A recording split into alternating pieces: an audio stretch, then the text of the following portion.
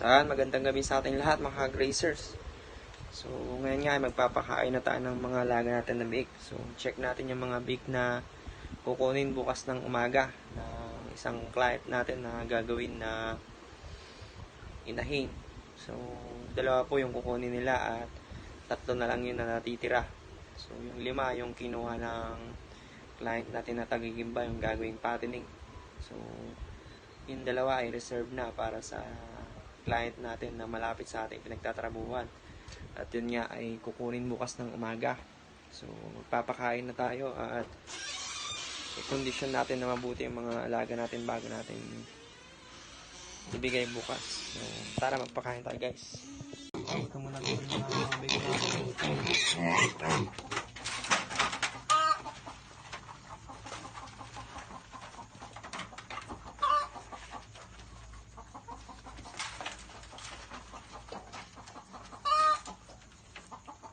So, kaya at pagdating ko nga ay nakita ko na gutom na yung mga ating bake. So, kinuha ko na yung pagkain nila at binigyan ko na.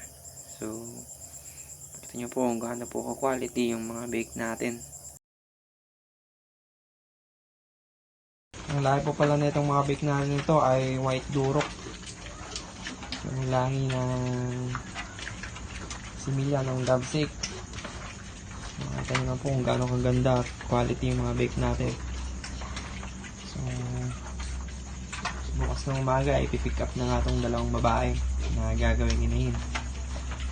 Dahil ang nakasanayan natin ay iintagan natin yung mga bake na ipapalabas natin na gagawing mga materyales para makita na galing sa atin yung mga bake na kukunin. So, stay tuned na lang kayo sa video natin bukas ng umaga pag kinuha ang mga alaga natin na to.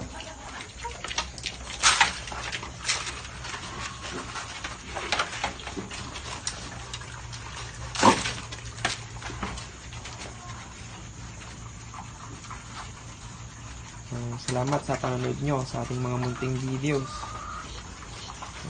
Mas lalo pa natin na pagagalingin ang pagbibreed ng mga alaga nating baboy sa backyard swine breeder upang sa ganyan magandang quality ng mga mibigay natin sa mga customer natin.